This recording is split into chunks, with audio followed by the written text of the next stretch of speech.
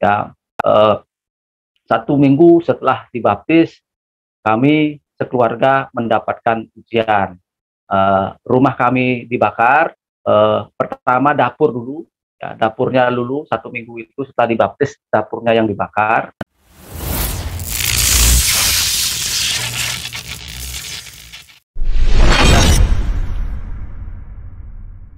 Bismillahirrahmanirrahim. Malam hari ini saya bisa berbagi kesaksian hidup saya, bagaimana saya menjadi pengikut Kristus. Dan Assalamualaikum warahmatullahi wabarakatuh, sahabat Pilah dimanapun sahabat Pilah berada. Alhamdulillah, pada kesempatan kali ini kita bisa bertemu lagi ya. Oh iya sahabat Pilah, di video depan itu ada salah satu pengakuan ya, pengakuan daripada seorang murtadin, di mana ketika dia berpindah keyakinan kepada percaya akan Yesus, mendapatkan ujian, rumahnya dibakar katanya, gitu ya, adiknya dibakar, pokoknya keluarganya lah semuanya dibakar. Nah, video ini diangkat di di akun YouTube-nya Pendeta Rusuk Lubis ya. Teman-teman di sana bisa melihat judul yang dipakai oleh Pendeta Rusuk Lubis ini ya, thumbnailnya segala macam itu menyudutkan daripada keislaman atau memframing bahwa seolah-olah itu adalah Islam gitu loh yang melakukan itu. Padahal kalau kita teliti di videonya, si bapak ini bukan dari seorang Islam. Kenapa kalau bukan dari seorang Islam harus menggunakan thumbnail dari Islam? Kan aneh gitu ya. Pendeta Rusuk Lubis ini juga sering menggembar-gemborkan atau menampilkan logo-logo daripada kepolisian. Baik itu ada topi bintang 3, ada topi bintang 1, segala macam lah. Tujuannya apa gitu? Apakah ini Anda ingin mendapatkan dukungan dari pihak kepolisian dengan cara-cara Anda? Nah, untuk selengkapnya kita akan simak videonya, tetap di Panji Islam Media.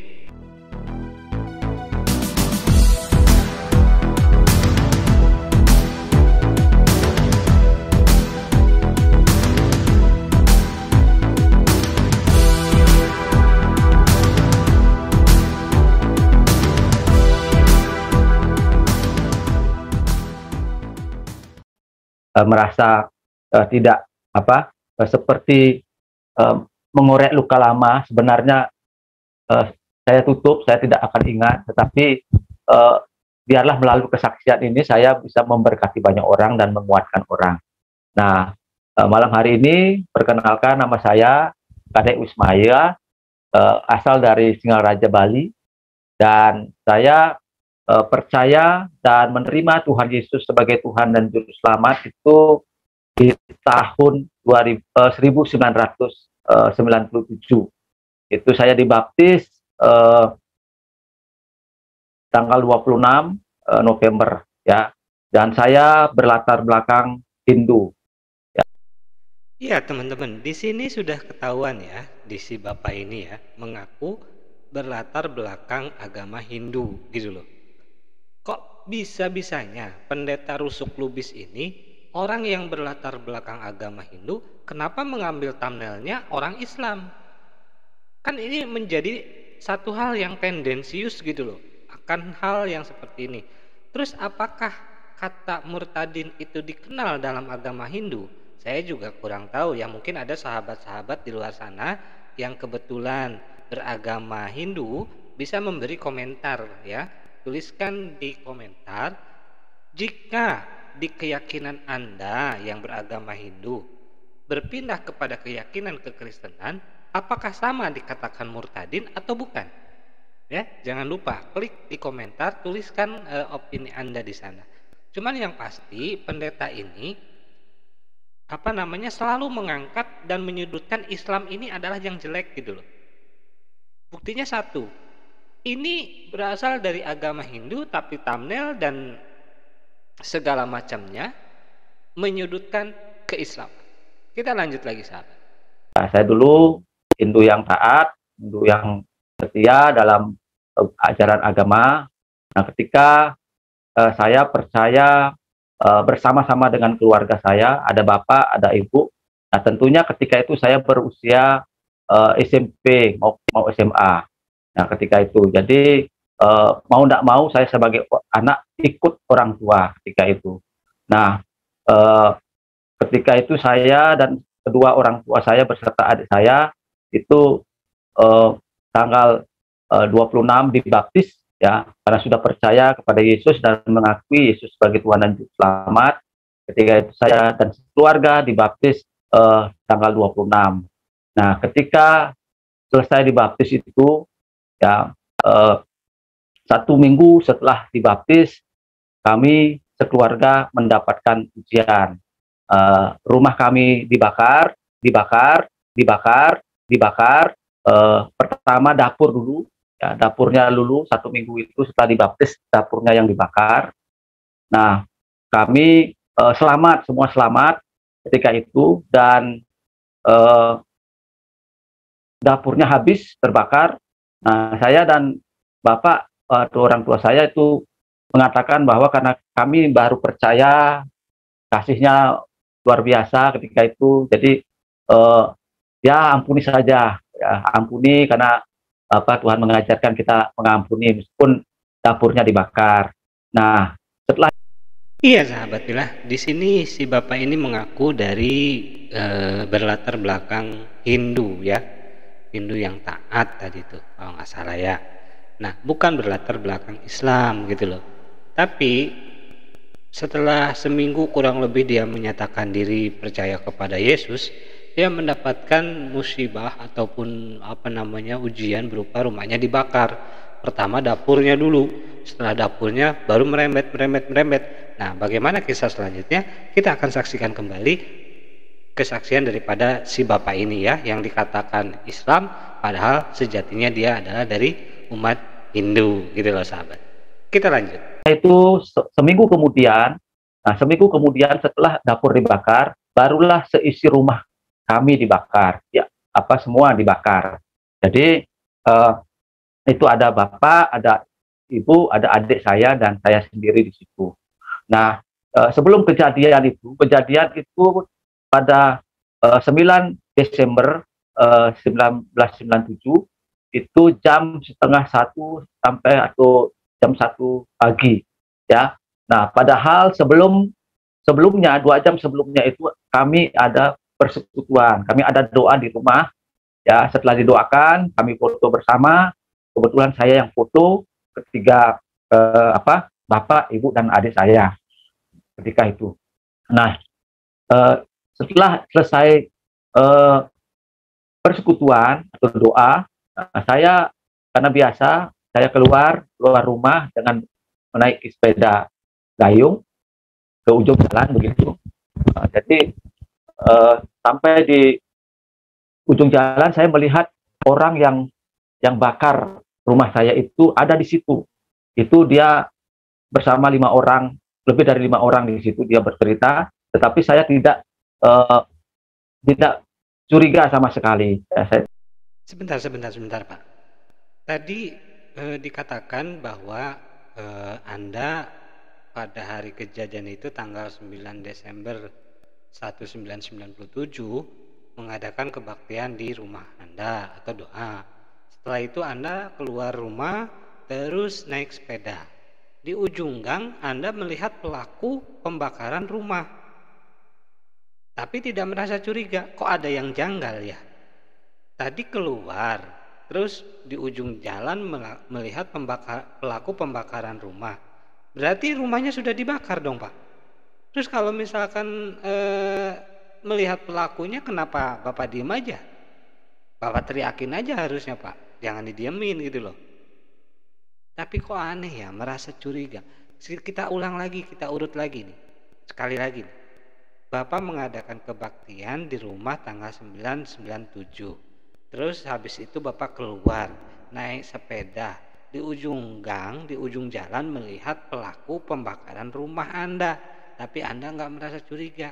Kok aneh ya? Kira-kira sahabat aneh nggak pernyataan dari Bapak ini? Kita lanjut lagi. Tidak curiga sama sekali. Dan saya pulang, ketika itu saya pulang dan ketemu dengan bapak bapak saya. Terus tiba-tiba bapak saya ngomong begini, Dek, jangan tidur dulu, jaga dulu, bapak mau istirahat. Nah, saya bilang ke bapak, ya saya orang besok mau sekolah, mau olahraga begitu. Jadi saya tidur, jam 10 itu kami tidur. Nah, jam setengah satu malam, jam kira-kira setengah satu malam sampai jam 1 itu, rumah kami lah dibakar. Nah, ketika ada apinya begitu besar, dan saya juga terkaget ketika itu, dan saya lihat tempat tidur saya sudah hangus terbakar, uh, dan semuanya di sekitar kamar saya hangus terbakar. Pokoknya apinya sangat besar sekali. Nah, saya mau keluar tidak bisa, ke belakang karena ada apa namanya, ada jendela yang teralinya besi. Satu-satunya jalan saya harus dobrak pintu yang terbakar itu. Nah, ketika saya memberanikan diri untuk dobrak pintu itu, terbukalah pintu itu. Nah, ketika saya ada di luar, saya ingat mana bapak, ibu, dan adik. Nah, tiba-tiba dari kamar sebelah itu keluar ibu, ya keluar ibu dengan api yang besar. Pokoknya seperti monster api dia. Itu saya coba untuk menolong ibu saya. Saya suruh berguling-guling di halaman. Dan setelah mati apinya, saya tanya ke ibu, Bu, mana bapak? Gitu. Ya, ada di dalam. Terus saya lari masuk kamar, tidak bisa karena apinya terlalu besar. Muncullah bapak saya keluar dengan rupa yang sama, terbakar semuanya. Pokoknya seperti monster api itu, terselimuti api. Nah, setelah itu saya suruh bapak untuk ke belakang rumah karena ada kolam di sana, dan saya cemplungkan ke sana supaya apinya padam. Nah, baru ketika itu saya ingat, adik mana bapak? Ada di dalam. Nah, ketika itulah saya lari lagi masuk. Nah, ketika itu saya sambil nyari alat untuk siram, untuk memadamkan api, dan saya melihat adik saya di situ. Nah, saya sebenarnya ingin juga mati di situ bersama-sama. Dan ketika saya mau masuk untuk mengambil adik saya, nah di depan kamar itu saya tidak bisa jalan. Ya, saya tidak bisa jalan, dan seperti ada yang memegang kaki saya. Itu seperti ada orang yang menahan saya, tidak masuk ke sana. Nah, ketika itu saya berdiri sambil melihat langsung kondisi adik saya ketika itu, ya, dan bagaimana adik saya seperti boneka yang dibakar, ya, dan hanya mengatakan 2 kata saja, ibu, dan akhirnya tidak ada. Ya, di situ saya. Iya, sahabat Pilah, dimanapun sahabat Pilah berada, di sini diceritakan oleh bapak ini ya, bahwasannya rumahnya itu dibakar gitu. Tadi pesan sebelum kejadian itu bapaknya berpesan jangan tidur dulu gitu, malah karena yang nggak tahu ya karena ada apa gitu. Tapi karena besoknya dia mau sekolah, jadi dia tidur gitu. Dan ternyata kejadian itu terjadi di jam 12:30 malam katanya. Rumahnya dibakar, semuanya dibakar. Cuman ada yang nggak habis pikir, ketika api sudah besar, dia mendobrak pintu, tapi kasurnya sudah terbakar. Dia keadaan tidur gitu. Jadi gimana ya? Kok bisa ya tidur, kasur terbakar, dobrak pintu? Kira-kira gimana tuh sahabat bilang? Cuman yang perlu diperhatikan teman-teman, dari isi konten kalau misalkan kita lihat ke belakangnya itu masih banyak ya. Masih banyak. Cuman yang perlu jadi catatannya adalah pada tayangan video ini si pendeta Rusuk Lubis ini ada indikasi mengadu domba antara agama Hindu dan agama Islam. Kenapa? Karena kesaksian yang diangkat adalah dari agama Hindu, sedangkan thumbnail yang dibuat di YouTube-nya adalah agama Islam. Terus Apakah di agama Hindu, adakah di agama Hindu ajaran yang membenarkan tentang merusak rumah orang atau membakar rumah orang? Dan setahu saya ya, setahu kami gitu ya dari Panji Islam Media, bahwa di Singaraja memang dulu pernah ada kasus pembakaran rumah, memang. Tapi setelah saya baca di sana, kasusnya ini bukan kasus agama, tapi malah kasus sengketa pertanahan, gitu loh. Dan ini terjadi ketika setelah putusan sidang, bukan setelah acara kebaktian. Coba deh kalau misalkan teman-teman ataupun sahabat Billah yang kebetulan mengetahui kejadian ini, seperti apa sih kronologi sebenarnya. Jangan sampai dengan adanya video ini kita yang lagi harmonis nih. Kita ini kan tinggal di negara Indonesia harmonis ya. Tidak ada satu hal apapun yang bisa menggoyahkan kerukunan warga kita. Baik itu di Jawa, Papua, Kalimantan, Bali, Sumatera, semua rukun itu. Namun dengan adanya video ini seolah-olah ini mau mengadu dombakan gitu. Nih ajaran Islam, nih ajaran Hindu. Ternyata di ajaran Hindu juga ada main bakar-bakaran gitu. Ya memang kalau di ajaran Hindu ataupun Buddha memang ada proses pembakaran. Pembakaran apa? Pembakaran mayat, namanya ngaben, upacara adat. Itu emang ada gitu loh. Tapi kalau pembakaran seperti ini, saya rasa di agama manapun tidak boleh, termasuk agama Hindu loh ya. Nggak boleh, karena kekerasan itu tidak diajarkan dalam sebuah agama gitu loh. Cuman yang jadi perhatian kok bapak ini ada gitu ya.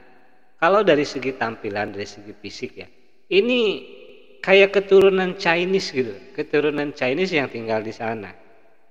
Nah teman-teman, mungkin kita akan akhiri sesaat lagi, namun sebagai penutup, sebelum penutup kita akan simak kaji perkataannya daripada bapak ini.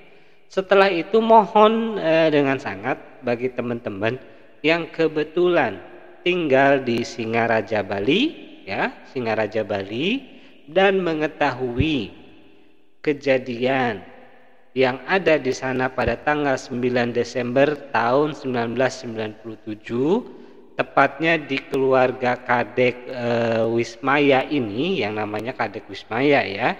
Silakan teman-teman komentar deh, apakah benar itu diajarkan dalam agama Hindu atau tidak. Dari studio kami undur diri. Wabillahi taufiq wal hidayah. Wassalamualaikum warahmatullahi wabarakatuh. Sampai jumpa lagi.